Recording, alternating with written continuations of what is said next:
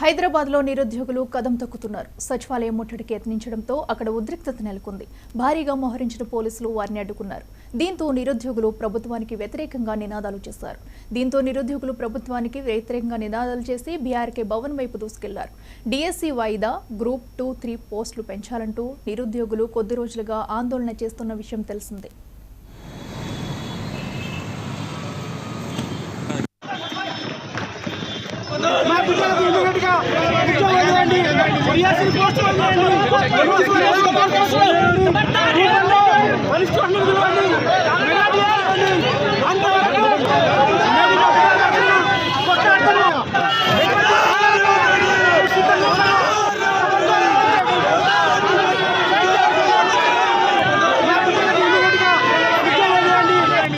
post